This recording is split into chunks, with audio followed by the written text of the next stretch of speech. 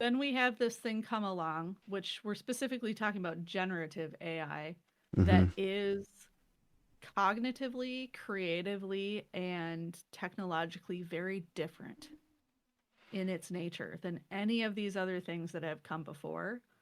I think the understanding of what it actually is very low. Welcome to the Critical Pen Podcast, a place for deep discussion about human creativity and critical thinking in a distracted, tech-saturated culture. I'm fantasy author R Solberg. Before I introduce my co-host and the topic of this inaugural episode, I do want to thank the triggered trolls in my comments for helping me land on a name for this podcast. They were deeply offended that I would label myself a critical thinker. And whenever the McDude bros get an eye twitch, it's a sure sign I'm doing something right. On a more serious note, we live in a tech-obsessed, convenience-oriented world constantly demanding that we look past the real human cost of the shiny new tool or modern comfort. We are increasingly removed from our means of production, the realities of the natural world, and from truly knowing and understanding one another. In 2026, we have never been more connected or had more access to information, and yet are more isolated, ignorant, and demoralized. Story and information literacy are declining, and we've become more dogmatic and tribal. In defiance of that trend, and of the labels that divide and belittle, I am labeling myself and this space for human creativity, connection, and critical thinking. In this first episode, I'm sitting down with fellow author and IT developer Atlas Creed for a fascinating discussion on what generative AI is costing authors in particular and creatives in general. In his day job, Atlas builds and trains machine learning models ethically. So to say he understands the murky space between technology and human creativity is an understatement. As always, I want to know your thoughts on this topic. Leave a comment, even a critical one. I read them all, and I try to reply thoughtfully. Unless you're a troll, then I'll ignore you, unless I have a good your mom clapback.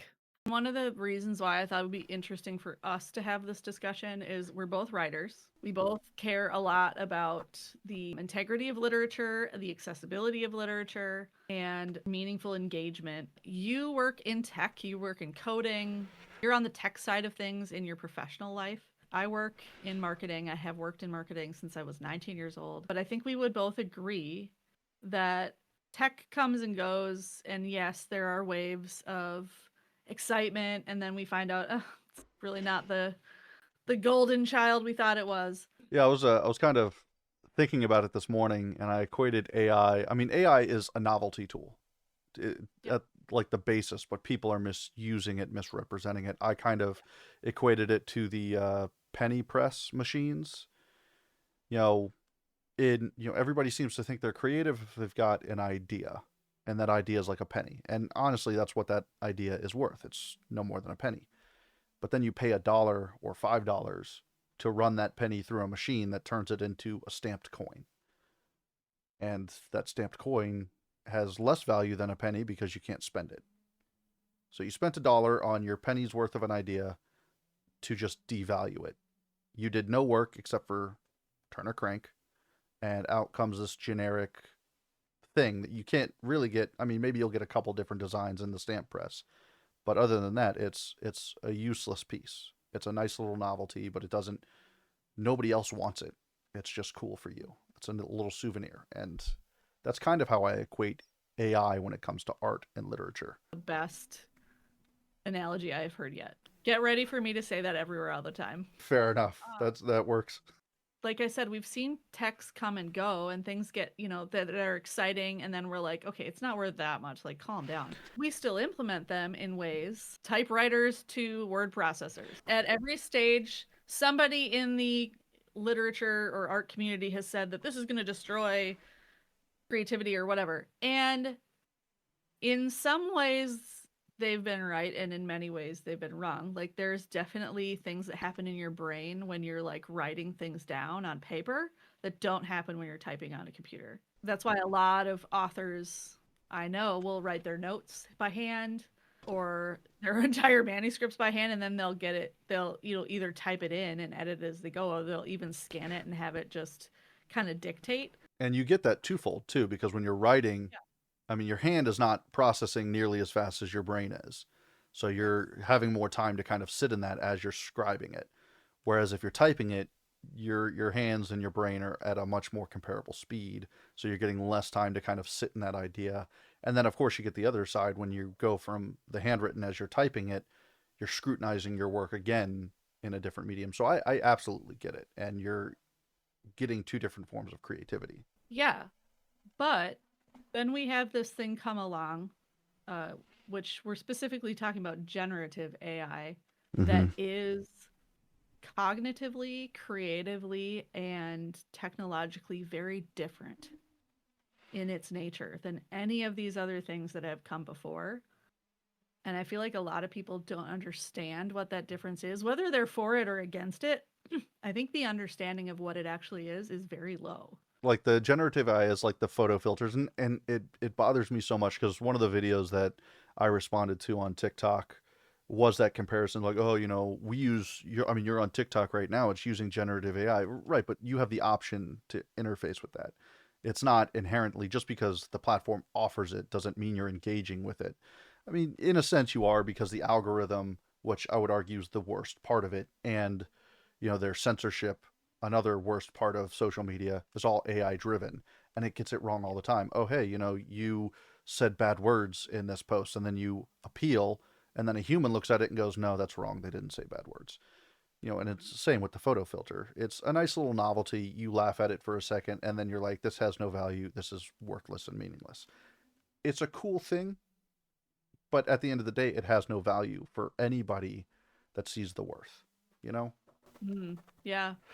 So that's the other thing I run into a lot is people on particularly Facebook author groups. That is a wild west with no Yeah. sheriff in town. There'll be people in there that say, "Hey, let me know what you think of my book cover." And it's an author, and it's like, if that's not straight out of ChatGPT, I am the Pope. And they won't say that though right away. And then somebody in the comments will inevitably say, "Hey, this looks like AI." And they're like, "Well, I was just asking what you thought of the art." I almost have like a boilerplate response to that now, because as somebody who also works in marketing, I got to like, I say something to the effect of, "Buddy, I got to tell you that that is so ChatGPT that the casual observer can tell, and it's Mm-hmm. devaluing your work. Why should I pay for something that you prompted when I could just prompt it myself? How would I have any faith in you if you didn't value the artistic expression of somebody who was going to make you a book cover, even though if you say you don't have the skills to do it or whatever, which by the way, Canva's free. So knock it off. If you can't intellectually value the process of getting a human person to make your book cover or learn to do it yourself, why should I have any faith in you having that same, like a different value system for the things between the covers? Seems like a cognitive dissonance to me. Because that's, I mean, and kind of comparing that to your drug post, the addiction, Yeah. that's it's a gateway. Yeah, I'm using it for the cover, but then it's like, oh, I don't know, man. I'm tired of writing this right now. Let me just generate a paragraph to kind of jumpstart those creative juices, or whatever excuse that people use. So instead of now going out for a walk and getting some fresh air, you're just going to go to ChatGPT or whatever your favorite prompting tool is and generate an idea, and you go, ooh, that's mine. I'm so creative. But the funniest thing that I've found, and it's the major disconnect for me, is that Mhm. when you're proud of your work, you're like, hey, I made this. Look, I look at my kids all the time. They draw these like really elongated people that aren't like ratio correct at all, and they're just so proud of it. Look at what I created. And you're Yeah. just, that's awesome, man. Like, you're exploring your creativity. And I mean, I've got stuff like that, like right here. Like, none of Aw. this stuff is anatomically correct, but they're so excited about it, and I'm like, dude, that's Yeah. adorable. That's great. But Mhm. people that create with AI, they will not say it's an AI creation. If you believe it's such a useful tool and it's so beneficial to you, why can't you say that you used it? Why are you so defensive and adamant on the fact I didn't Yeah. use AI? What are you talking about? I had this exact experience in person. And Oh my it's god. still so bizarre to me that I think about that interaction all the time, because I'm like, there's no way that a grown adult Like kids BS you about like, oh yeah, I totally did my homework, and they like, they cheated on the test or whatever. But a 60-year-old man looking at me in the face and telling me that he drew these like ChatGPT covers, like they're so obvious. Everybody I've shown that to are like, oh, because I'll say the story and they're like, well, what if you were wrong? And I'm like, I show it to them on my phone and they're like, oh. I'm like, there's no way. I would bet the deed of my house to this man on the fact that these are ChatGPT. It was so interesting because it was also clear that he had no knowledge of the art creation process or tools that one would use, because I even was like, hey, did you use stock images for this? No, no, no. So he obviously thought stock was just as like a no-no as AI because he has no idea what he's doing. Yeah. And I felt bad for him until I didn't, because he's also like trying to shill himself as like an expert in the industry, and that's where it goes off the rails for me. Like, it's one thing if you just want to pretend that you did something. It's another thing if you're going to pretend to then be an expert and give people advice. In my town, get out. Yeah. I Um, mean, at the end of the day, this is they view it as a capitalistic venture, and anybody who believes that they're going to get rich quick by writing a book yeah, follows way is too many celebrities who have massive followings. Like, they're selling their books because they're known. It's a familiar name, a yeah, familiar face. It's not because of the yeah, story that they're telling necessarily. So somebody coming in who's a nobody trying AI art, and they're like, I'm gonna get famous writing all of these books, and yeah. no. No, you're not. Well, and I think it is a deep desire to be seen and recognized for an accomplishment. But if you don't understand that the work is the point, of course you're going to fake the accomplishment and then wait for that satisfaction that will never come. And that's the sad part to me, is that you if you put in artificial work, you're going to get an artificial result. At some point you can't fool yourself about that. Yeah, we're dealing with the fake girlfriend concept. Like, you can tell Absolutely. everybody, like, oh yeah, here's pictures in this magazine of my model girlfriend.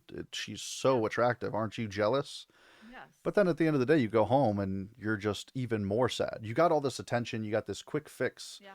but then there's no genuine satisfaction. You're not coming home to Yeah. sit next to that person, to cuddle with that person, to tell them about your day. They're not Yeah. real. The satisfaction was fleeting and meaningless. Well, it's a fundamental misunderstanding of the human experience too, which Mhm. is a deeper tragedy than just I put in a prompt and here's a book that came out of it. I was watching I don't know if you know who Joshua Heath Scott is. He's on Instagram. He actually makes guitar pedals, like that's his company, but he also Ooh. is like a street photographer and just very interested in the art creation process and human Mhm. creativity in general. And he has a wonderful YouTube channel and Instagram where he talks a lot about the art creation process. And one of the things he said in a recent video was that it's not the finished product that makes it art. It's how you as the artist change during the creation process. Like, it's what happens to you along the way. The work, the process is the point. And he was talking about sending some students in his street photography class out to take street photography, and they had to go in pairs and they had to go ask people permission to take their portraits. Obviously, you can't just like walk up to somebody and take their picture. And he said it was a room full of introverts and they had to get out of that bubble, and now all of a sudden they're having conversations with people at a barbershop. They're talking to people on the street corner and, hey, can I get your picture? That was very much the point. Like, yeah, you'll get a cool photo out of it, but you, the creator, are going to look at that photo and that's going to mean something to you. And then you have to communicate that meaning to the wider world. And the reason it means something to you is because of the process you went through to make it. Well, yeah, you have memories anchored to it now. You have emotions and feelings, perspectives that are unique and your own, and you just don't Yeah. get that. And yeah, I actually saw you share his video. That's the only reason I know who he is because you had shared his video, and I thought his More take was people should wonderful. know who he is. Right? Yeah, I followed him immediately. I thought it was such a great take. Yeah. I had Yeah. made a video that did not go anywhere where I kind of made similar points articulated much worse than what he did. I mean, he said it in so few words and made the Yeah. point just so much Yeah. better than I did. But I agree with it 100%. The art is the journey. It's I and that's what people don't understand is they just want this finalized product. And if you're writing a book specifically and somebody reads it and connects with it, they want to know everything. They want to pick your brain. Well, why did you choose this? How did you get this? Where did your inspiration come from? Yada, yada, yada. And how sad would it be if, one, more than likely what they're going to do is they're just going to make up some BS story that has no foundation and will change over time to where that original person be like, well, that's not what you originally told me, to, or just have no answer at all. Be like, oh, I put it in the chat GPT and it said something and I was like, oh wow. They're gonna be like, oh, that sucks. And then they lose Yeah. all respect for everything you did. That connection's broken, tainted, soured. So one of the things that I found interesting with this ChatGPT guy that was at this event next to me for 2 days, and I listened the second day he put his table right next to mine because other authors had gone, and so I just observed, and I did confront him about it at one point, and I kind of gave him a chance to just answer my questions. I wasn't like, I think you did blah blah blah. I had a whole conversation with him, and at the end, I was like, I think you're full of crap. But before that, I would hear him talk about his book ideas or his books or whatever, and I really paid attention to how he was talking about his books because it when you have written an epic fantasy, which is what he claimed to have written, or at least one of them, he had like 7 books that he had published all in September of 2025. But anyway, he he's talking about these books, and none of his ideas mean anything. They sound like you said, the penny thing. They sound like the kernel of an idea that is in its infancy, if not still gestating. It hasn't really become a whole idea even yet. It's just a concept. And he's talking about this in a way that I would describe as if you put that idea into ChatGPT and were like, is this a good idea? And it spit you back a bunch of its like weird, narcissistic, it's great because this is revolutionary and blah, blah, blah, those kind of things. And Mm-hmm. that's what his words sounded like. I'm like, the only way that you have engaged these ideas is in an AI chatbot. And it shows. People are, people, it's a small town. People are kind of polite to death. And they're just like nodding along. And then they would come over to my table, and I have, I've spent 25 years writing these books, and they'll tell me about your books. And they kind of their eyes are glazed over at this point because they're like, well, I'm just going to be polite and like ask this other gal. And I start talking to them about my books, like, hey, imagine that it's 1780s, but a separate, world with a lot of magic. But all the Marie Antoinettes of the world are immortal and they've gone insane. And they're like, what? Like they kind of stop, and they're like, that's like a whole premise. And and I have great conversations. I sold a lot of books, I think, because of him. Even if they weren't like into really nerdy flintlock fantasy, they were so excited to see something that it was clear a lot of human thought and effort and creativity had gone into. They were like, yeah, I want to support that. And that's fair. I've had people Yeah. that they were stuck in line in front of my desk, and I keep calling it a desk. My table at an event. They were stuck in Yeah. line. So naturally, I do what I do, and I just bug the shit out of them. Like, have Yeah. conversation with me, please. And like, I pitched Well, my book at first. They're like, yeah. no thanks. And then we just get to talking. And even though they had no Yeah. interest in my concept, through our conversation, they're like, you know what? I'll buy a book to support you because you seem like a nice guy. And Yep. I'm fine with that. But also, the contrast of going Kitty from sale is somebody still a sale. exact, I'll take it. Why not? I know they're not going to ever read it, but it's a nice. I made the art nice enough that it's a nice bookshelf trophy. Yeah, the contrast of it. You go from somebody who has no and when you're talking to him, as I'm sure you got when you were talking to this gentleman, there's no passion, there's no interest. It's utility at the end of the day. It's like, oh yeah, my electric bill. I flip the switch, it turns on. There's no love for what they're doing. They just want to make Yeah. some money off of it. And the irony is they don't see that the passion is what Yeah. sells the project. And I definitely do think there's a lot of people out there who just want to make the money. Like there was that piece in the New York Times about the gal who's written like 200 books in a year and whatever. They wouldn't sell if she said that they were written by AI, but then they would sell if she didn't. But the interesting thing I saw there was like it was only a couple of sales per book. They weren't Hmm. they didn't sell themselves at any point. Hmm. They would maybe sell and then she'd put more ad money into other things, and it's a machine that must keep digesting itself. Oh, so yeah, the The oil thing, machine yeah, that's like yeah, constantly sweeping its yeah. own oil. Yeah. Yes, exactly. So it's not that you've written something that people want to consume. It's that you've advertised something that they think they want to consume, but they don't come back. You don't have a robust return community of readers, Oh, and you look at the reviews you on that know, woman's book, all and of it's those very books. obvious. Yes, Yeah, very so obvious. that well's gonna Um, dry up. she's gonna have to put on a new skin in order to dupe more people, and like it's just a repeating con, is what it is. Hmm. Now, the thing I did notice with this particular gentleman, and I have seen this too, is that I do think they're chasing some kind of payout, but I don't think it's always money.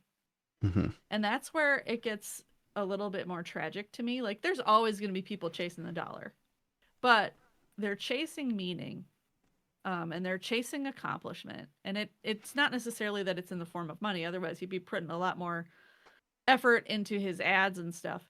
But I think he wanted to feel like he had accomplished something, and was almost high on the deception, or what he thought was the deception. Like his demeanor really changed when I was like, I think this is all BS. And he kind of like got really flustered and was like, well, why would you think that? And I was like, I'm a visual artist and I have been for 20 years. Like this is not fool me for a second. Yeah, and it was really interesting to watch his behavior. And on one end, I do feel bad for the guy because I'm like, it's obvious that you want community and accomplishment and value out of the work that you put in the world, but you've deceived yourself into saying, oh, I can just pretend that I did it. The minute that you see that it's not fooling people, you kind of just wilt. I mean, at the end of the day, if you did write the books yourself, like I wrote the book myself, I don't care if people give it negative reviews. I don't care if people Yeah, don't have an interest in it because I'm still yeah. proud of my accomplishment. And Hmm.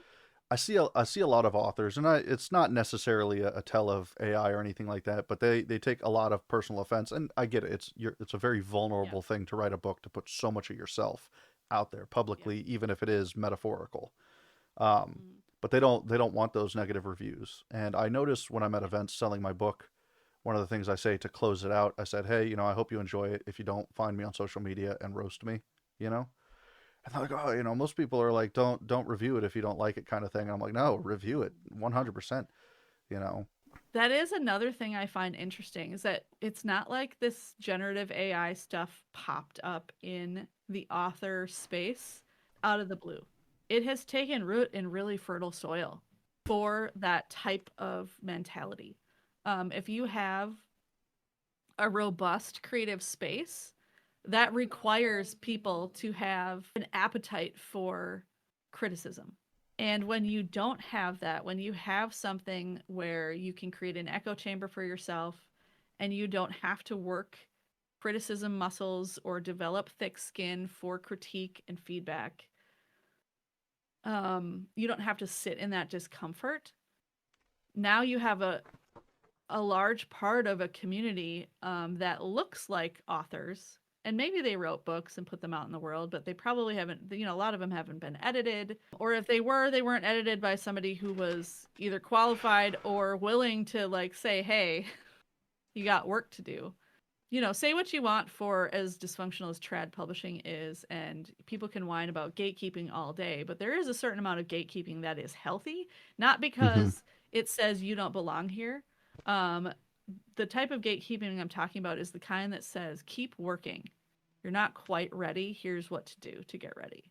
And when you take those gates away, people kind of run off of a cliff into the deep dark bowels of reality and they're mad about it. You give them AI that pretends that it can fix all that stuff.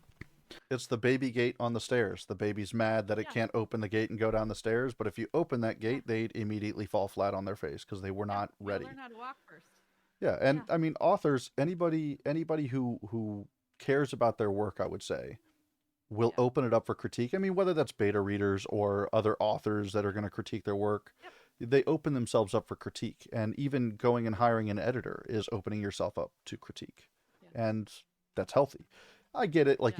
you don't want readers to critique your work, but that to me is also that's incredibly healthy Yeah. because your book is not I mean, it is for you, but if you want it to sell, you need that wider market. You need the wider Yep. margin, and the feedback from that is helpful because authors don't have metrics.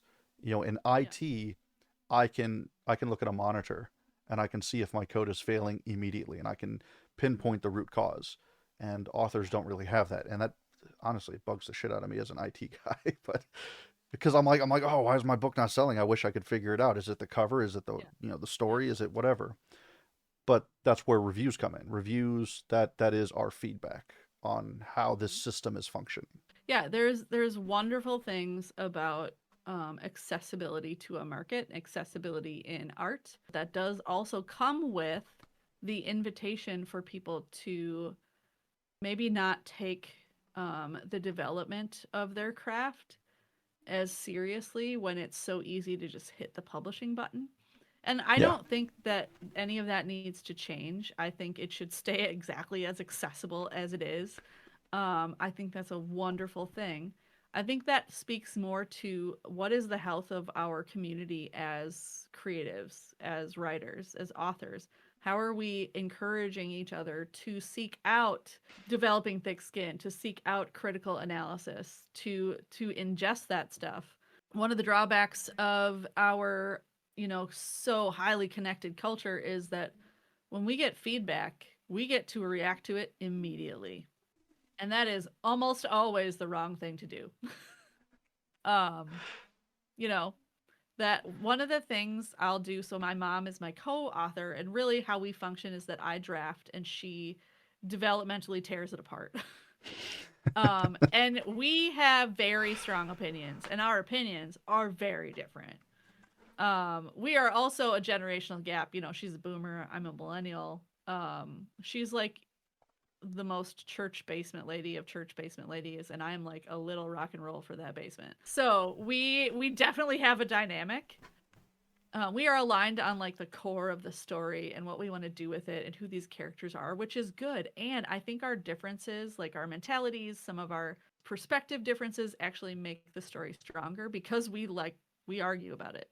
We will, I'll hand off a chapter and give it to her, and she will read through it and she'll make her comments, and I will read them. And sometimes she'll read through the chapter, and then 2 days later she'll come back in and do her comments. Like she'll sit with it for a little bit. Yeah, I will read through them, and I want to react right there. Like my ADHD brain needs to like fix it immediately. But I have come to the conclusion, like, okay, I'll make the comment, and then it'll be a spicy comment, and then I'll be like, but I'll think about it at the end or something. And then I'll be like, don't read them yet. Wait 2 days because I might Right, change right. all of the comments. I'm right there with you. My ADHD, I need to respond immediately, and I almost get like that itch if I can't. It's really uncomfortable. Yeah, but you force yourself to sit with it, and I mean, hell, it's like stories I wrote. I'm going through and I'm creating a short story collection right now. Things that I wrote when I started. I know everybody says you should write full novels before you publish your first Yeah. novel. I wrote several dozen short stories. That was my Sure. novel, if you will. Yeah. And I'm going through them right now, and as I'm scraping through them, deciding which ones I'm going to put in. I'm like, a lot of these had really good bones, and I remember thinking they're so great. I submitted some of these to award competitions, and even the one that won like a runner-up award, I looked at it, I was like, oh, this was not ready to go.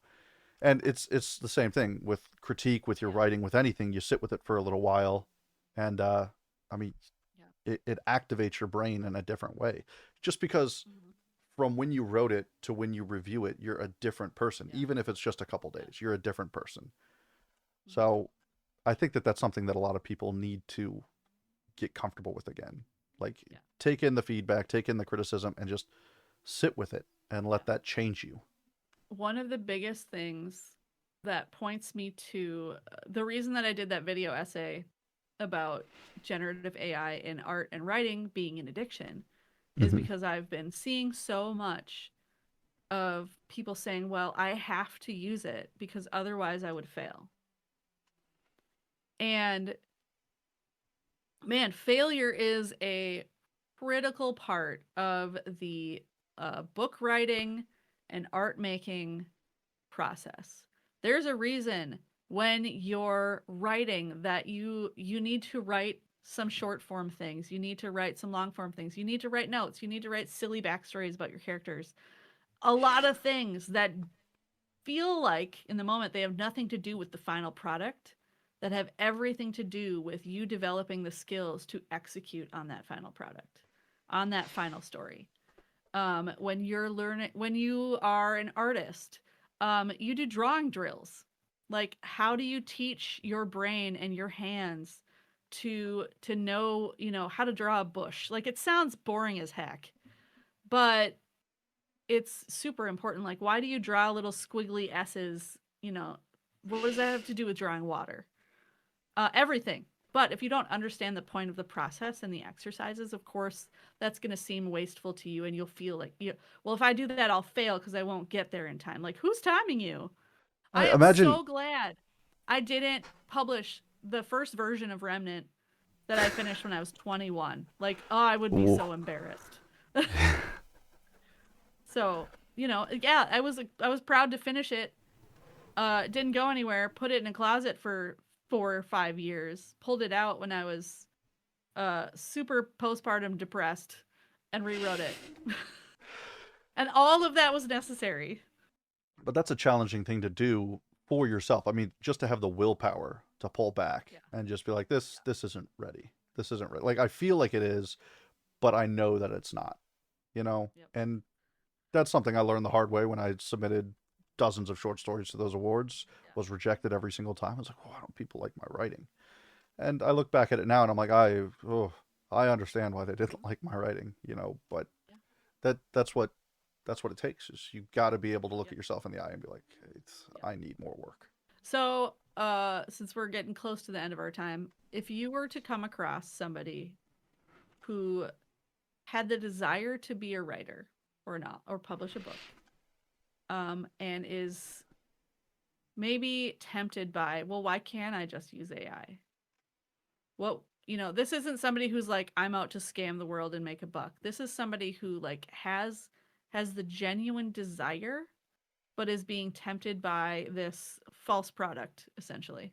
Honestly, I'd probably have to talk to them about how the process itself, as much as you're changing the book, it's changing you. Assuming you're talking about a novel. I'm not an Yeah. artist, but I'm assuming the same thing happens as you're, painting, as you're deciding the posture of maybe the subject of your painting or the way the trees blow in the wind or anything like that. It shapes you just as much as you shape it. It's living an experience in your head and relating that to the real world and vice versa. And you're depriving yourself of that opportunity by having a machine act as that interface for you. Even if they were gonna just use it a little bit. Even just a little bit, man. Yeah. I mean, again, if failure is what you're afraid of, if Hmm. you're not afraid, if you're afraid it's not going to be good enough, imagine if we had that same mentality growing up as kids. Like, oh, I got up to try and walk and I fell down. This is never going to work. I'm never going to learn to walk. Where would you be at today? If you went to go Hmm. play sports, everybody sucks at sports when you first start. Everybody sucks at everything when you first start. And those who are good at something when they first start is because they have real world experience that somehow correlates to that in their mind. It just makes sense to them in their mind, and they're just better at it because they have that foundational skill already in place from something they did previously. Yeah. And don't deprive yourself of that. Betterment of yourself should be the ultimate goal, no matter Yeah. what you do. What Um, about you? What would you say? Something I've learned to do, especially from my husband, who's just really good at this kind of stuff, is I would ask questions like, why is it that you feel that you can't succeed without using this tool? What is it that is attractive to you about it? Because at least for me, um, I don't get the appeal. of using AI.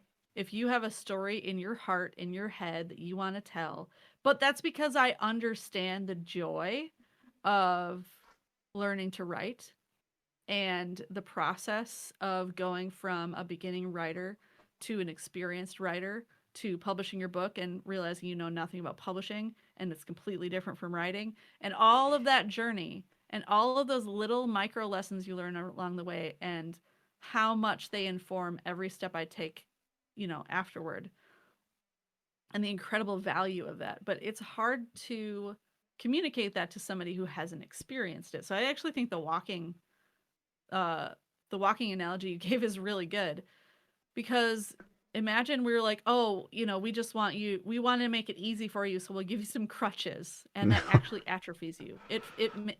You will now be dependent on those crutches for the rest of your life unless you take serious measures to Mhm. undo the damage. On a spiritual level, that's just, I don't know you'll ever get to the place that you would have otherwise been if you hadn't. And that's less eloquent than it sounded in my head. That's You because know, we need to write things down and edit it to yeah, to we're sound writers, better. not speakers. That's right. Exactly. Yeah. I Um, told people that when I gave my speech, hey, I'm going to yeah. read off of this because I'm a writer, not a speaker. I definitely see a lot of authors or writers who insist that they're writing their own book, but then they're doing AI covers. And that's a little bit of a different conversation for me, because then my question is, what are you missing out on? What do you think you don't have that you need to do that? And a lot of times it's money, Hmm. or they've been scammed before or something. And I think I made a video that said, like, okay, that's like saying my boss is mean to me, so now I rob banks for a living or something. Like, okay, you're gonna get scammed. It's a creative entrepreneurial market. There will be scams. Like, just learn to see them, talk to people. And that's the other thing. Like, hey, if you had a community of trusted people around you, I actually did a live the other day with a couple of other authors who are self-taught artists, Hmm. who I said, hey, let's do a live where we design a cover in Canva with only the free tools. We can show, here's how you can do it. If you don't have know-how, here's some templates you can start with as an inspiration.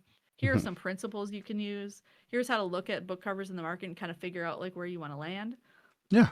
And here's all the free resources available to you for the price of an email. And then talking about, okay, let's, like, we were back and forth, I was building the cover and I was getting feedback from them, and I'm like, hey, there is somebody out there hungry to give you feedback about a cover. Like, their authors love to help each other. It's our real addiction, and that's the one I want. I like how you phrase that. Authors like to help each other. I look at it different. Like I posted a cover recently, and I was like, could I sell you with a cover? And I did it knowing that people love to critique. They love to roast. They love to, I don't know, feel superior in a way by offering. Mm-hmm. And like there were some people that offered genuine critiques, like, oh, add a little bit more color, whatever. Then there were some people that roasted it, but there were nuggets of truth in them roasting my Yep. cover that allowed me to adapt and change. People love to correct Yeah, people. they do. We Yeah. love to be right. But also, the value of forming a community Hmm. of people who are willing to tell you the truth and to encourage you is way more valuable than any prompt you will ever write and any response it will ever kick back. So you don't have money. It's 2026. A lot of people don't have money. Um, Exactly. find people. There is an artist out there who wants to make covers, who's looking for portfolio work. There are ways to do that. And all you're doing by using ChatGPT is alienating your market because they don't want to see it and read it. There might be some people who don't care or don't know, but they will eventually, Hmm. because this is going to be burned into our consciousness as a culture, what these things look like. And that's not going to age well. You're also robbing yourself of the opportunity to build a community of people who would help you accomplish something like that. Like, man, ChatGPT and chatbots and generative AI in the creative writing and art space has one purpose in my mind, and that is to get people out of your circle, out of your office, out of your house, out of your life, Hmm. and to just sit there with you and like aggressively agree with you and manipulate you and lie to you until you're so twisted around in your head that you can't engage meaningfully with other human beings. it's like the next phase of social media. Um, Yeah. it before social media, people had to walk around and you would encounter every flavor of person. I mean, yeah, even if you're in a small town with a lot of like-minded individuals, you will still encounter somebody who thinks differently. And social media removed that because you can block and create your own little echo chamber of yes men and people that make you feel good. And AI is now your own personal assistant to self-affirm every thought you've ever had. And it's incredibly dangerous. And that I know that's a step away from art, which But it obviously matters in art. it does. It Yeah. matters. That's why I think the generative AI stuff is dangerous in art, but its implications are so much bigger. Oh, yeah, you see the So, people.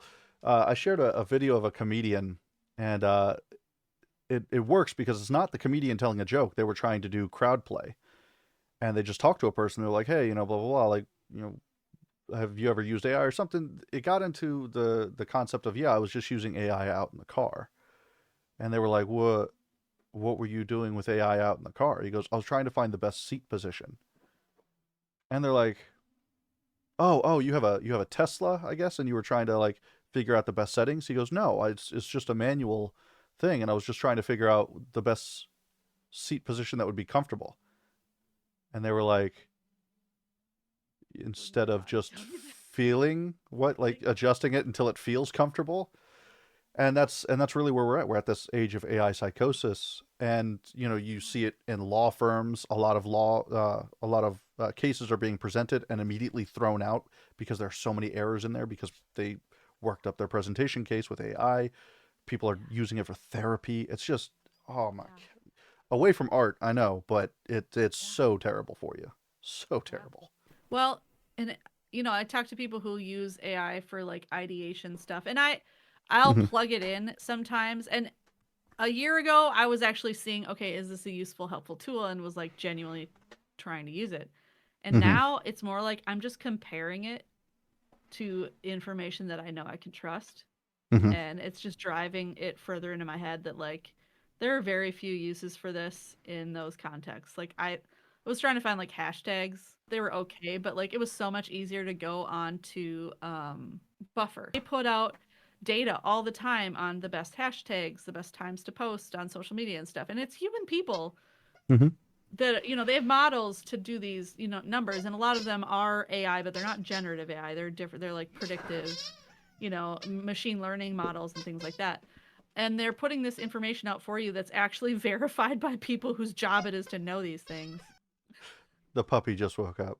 No, I love Buffer. I like looking at their useful tips, and I mean even that, just being able to schedule the content. Of course, I don't like scheduling video content, and I know that a lot of the algorithms don't like you to schedule with a third party and crap like that. And it took them long enough to actually Yep. come up with scheduling tools. But Yeah. for Threads and for Facebook, I will use Buffer for like text posts and stuff like that. It's Okay. just super useful. This is a company that has real human beings behind it who Hmm. are verifying this information, who are making it, presenting it to you in a way that a human can read and understand. Like there's so much garbage that was like AI written. It's just word salad after a while. I find it interesting that I will talk to people who are like, yeah, I just use it for this or that. And it'll be things like I just check my blind spots. I'm like, okay, Hmm. how does it do at that? Oh, it does better and better all the time. And I'm like, does it do better and better all the time because it's getting better or because it's learning what you want to hear? Hmm. And then there's always a little pause. Who would you have talked to before to check those blind spots?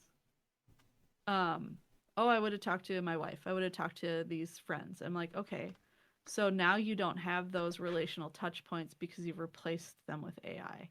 And Hmm. that usually gets like, oh, You're cutting yourself off from life support, essentially, yeah. slowly but surely. Yeah. And is it really better? Or is it just learning to make you trust it? So what I do for my daily job is I interface constantly because I build them AI models. And, you know, yes, we do train our AI models. Like one of the ones that I'm working on that's not classified is I take data from GEM, which is the Global Energy Monitoring System or something like that. And basically they separate all their data at power plant trackers, coal mine trackers, electrical plants, so on and so forth, roads, railways, all of that. And I pull that data down and I upload the JSON data. Basically, it comes down as an Excel. I convert it into JSON and I send that up and it overlays it onto Google Earth and Google Maps. So it basically shows where all of these things are in relation to their location on a map or the Earth. It's an AI, it's simplistic AI. And I really wouldn't call it generative AI, but I'm building the models and teaching it how to find their locations on the map and correlate it between the data that it pulls from this other source. Would that technically be machine learning, like a more true classic machine learning? Yeah, and I mean that's kind of the foundation of what AI is just machine Yeah. learning. I'm not interfacing with large language models right now. I have in the Yeah. past when I was creating like FAQ bots so that if anybody came to my company's website, the FAQ bot would be more effective. But again, all of that was ethical. It wasn't being trained off of, you Yeah. know, somebody else's artwork or somebody else's literature Yeah. or anything like that. Yeah. So, but because of that, I need to improve my craft. So I do interface with ChatGPT, Claude, Perplexity, and I test it on the regular as almost like a calibration with what I'm doing with my own AI. And sometimes I will test it with like I'll have an idea and I've already fleshed out this idea and I'm curious to see how it will flesh it out and if I kind of punch in and derail it a little bit, be like, no, your idea is stupid, something like that. And I do find it doesn't like to pivot. Like if you kind of tell it, hey, no, that's dumb, blah blah blah. Here's this, Yeah. and I think it's likely because I've interfaced it with it long enough that it will be like, no, you're absolutely right, and then it tries to kind of like retrack itself back to its original point because it Yeah. believes it's right, and it's kind of like Yeah. finding a way to justify itself. I think, like I said at the beginning, there's really poor understandings of what AI is, what and what they do. Mm-hmm. And a lot of the large language models have been trained really unethically. Some of them haven't. Like Canva's image generation tools were ethically trained. Would I use them for my marketing? No. Do I think they're fine when at work people need to make a poster showing people where things are? Great. Perfect Yeah, use for them. You know, yeah, or when my husband sends silly photos of his friends, AI generated as the cast of The Little Mermaid or whatever, whatever he did yeah. lately just as a joke. Fair, right? That's a perfectly fine whatever. Not things that you're But monetizing, just having some fun with it. not monetizing or replacing a Mm-hmm. human process completely Mm-hmm. that is extremely important to the human experience, to human community, and to human expression. And I think that's where the bar is, and I think that's why a lot of people struggle with this because they're like, "Is it good or bad?" And I'm like, "Yes." But that's not the point. You have to have your principles down in order to understand where does this apply and where does it not. And if you need any more reason to kind of distrust this machine that is eagerly vying for your trust and approval, OpenAI, which is who owns ChatGPT, started as an open source tool, and that's how they were able to weasel their way into training itself on all of this public data, private, pirated books, pirated art, all of that stuff. Then they closed themselves off, made themselves a public entity. They closed their source code, and now they're talking about, you know, charging you like a utility bill. For intelligence. When you're in the age of advertisement, since you're in marketing, what better way to advertise somebody than to make it seem like you're not advertising? Instead, you're asking ChatGPT for something and it's coming at you like a friend, conversing like a friend, but secretly pushing you towards a direction, towards a shopping center, towards a product you should buy or whatever. It's just going to be advanced marketing at that point. Very Yes. conversational, very sneaky. Have you seen the movie called The Joneses, I think? Yes. So it was a satirical movie that came out in 2009. I think everybody should go watch this movie. They are hired by it's like a marketing company that they get paid to do product placements. But how they do product placements is their employees pretend to be a family who moves into a neighborhood and influences the people in the neighborhood to buy their products. And it's just God. a fascinating premise, but also as they're doing all this product placement, this neighborhood is full of people who are trying to achieve human meaning and relationship through the stuff that they own. And I think that's why they call it the Joneses, to the play on keeping up with the Joneses. And it spirals into disaster. And the main guy, David Duchovny, whoever he plays, is seeing this and kind of having a crisis of conscience throughout this movie. And it's fascinating. That is wild, because somebody just moved into a house down the street from me, and they work for a solar panel company. One of the first things they did, when you move into a neighborhood, you walk around, you meet your neighbors. The first thing they did was pitch the solar panel company to me. Yeah. Do they have solar panels on their house? They do. Do they work? It's just wild to me that you mentioned that, and this just happened 8 months ago, and I'm like, holy, I wonder if that's similar to what's happening. I wanted solar panels. I wanted to buy the wall battery that stores the power. This company does not sell wall batteries. Like, I had so many questions. I know we're getting off topic here, but I had so many questions that they couldn't really answer comfortably. It sounds like a neat tool, but when you really drill down into it, it is neat if this and that and this and that and this and that. The big shiny thing, if you just slap it on your house, isn't really doing anything for you, but it sure costs a lot. In this case, money.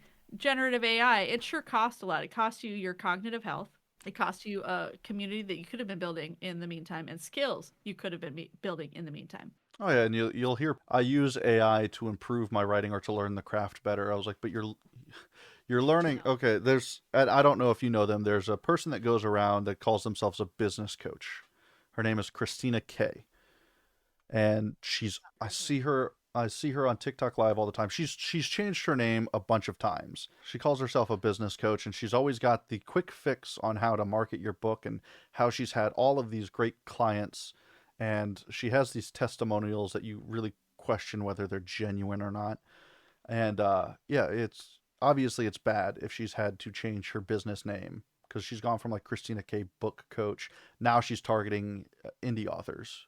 I think it's like indie bestseller or something like that. But she does these businesses and takes money from people and has nothing of value to show for it, which is to offer. Yeah. And there's a lot of those. There's a lot of good ones out there that genuinely are helpful. Yeah. Gina. Gina Denny, I think, right? Yeah, Gina Denny. Yeah. She's great. She's the real deal. She does genuinely edit. You can hire her as an editor. You'll be on a waiting list. There's specifically marketing agencies and tools for authors that are genuine. Method Agency is one of them. They're very reputable. Brian Cohen. Okay. BryanCohen. Okay. Is pretty reputable. Kindlepreneur, who doesn't necessarily do marketing and stuff, but he does just training. And a lot of his stuff is free. I mean, most of his stuff is honestly free. So those are reputable places. And of course, Indie Author Connect, because you work really hard to verify all the people. I'm so far in that backlog. But yeah, the whole push for that was I was scammed by Ex Libris was the name of the vanity press. They seem pretty well known. And I was like, I don't want that to happen to myself again. So I started creating a list, and I was like, well, I don't want that to happen to anybody else. So let me just share the list that I'm curating. I mean, hell, I made several videos about self-publishing as a business that got more backlash than I thought they were. I think the reason that happens is we go back to that. As an artist, you understand that the process is the point. And as a business, you understand that at a certain point, you have to be solvent. And those two things together are not a problem. No. But you get an industry that is an open door, which is, again, a great thing. But then you get people who come in and don't understand those dynamics, who then get mad when they find out. Thank you so much for staying with us through this first episode of The Critical Pen. I'm already planning to sit down with Atlas for more discussions on the current state of writing in the world. I promise we don't just talk about AI. But this is a relevant issue, and if we don't engage with it critically, it will either bury us in reactionary frustration or replace us with shallow, regurgitated impressions of ourselves. Human creativity, community, and critical thinking are worth striving for, even when the odds seem irrevocably stacked against us. When we're not discussing the doom and gloom of the techtopia, we write books. Pretty good books, in my opinion. I write as R Solberg with my mom and co-author C.R. Jacobson. Our Flintlock fantasy series, The Palomar Saga, has been described by readers as The Patriot meets Castlevania with a Firefly-inspired crew of misfits. You can learn more in the description or at palomarsaga.com. There might even be a free book there. Atlas Creed is the author of Armitage, a fascinating novel that starts out murder mystery and morphs into something more sinister and fantastical. I can't recommend this book enough, especially if you're a fantasy reader that also enjoys supernatural thrillers or vice versa. Atlas is also the founder and curator of IAX, which stands for Indie Author Connect, a database of trustworthy author service providers, a vibrant community of authors and creatives on Discord, and very soon an audiobook and ebook distribution platform free from the shackles of Amazon or any generative AI algorithm, coding, and content. You can find out more in the description or by visiting indieauthorconnect.com. See you next time, and go read a book.